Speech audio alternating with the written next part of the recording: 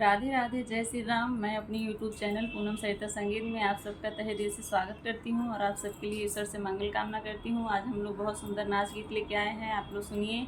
कैसा लगा comment box में ज़रूर बताइएगा और वीडियो को ज़्यादा से ज़्यादा शेयर करिए और हमारे चैनल को आप लोग सपोर्ट करिए। धन्यवाद। अब ना चले मन मानी तोहार पिया, अब ना चले मन मानी तोहार पिया, अब ना चले मन मानी तोहार पिया।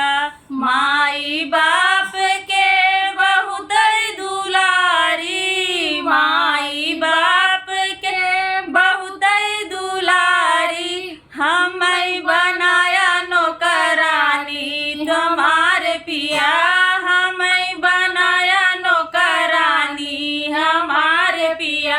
अब ना चले मन मानी तोहार पिया, अब ना चले मन मानी तोहार पिया।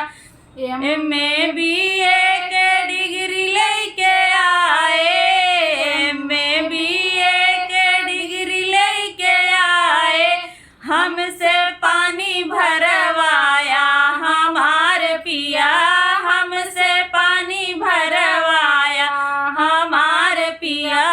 अब ना चले मन मानी हमार पिया, अब ना चले मन मानी तोहार पिया।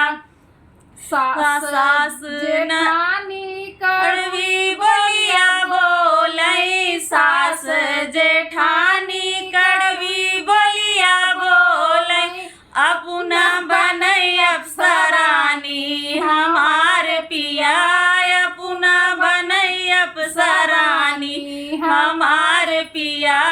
अब ना चले मन मानी तोहार पिया, अब ना चले मन मानी तोहार पिया। चार चार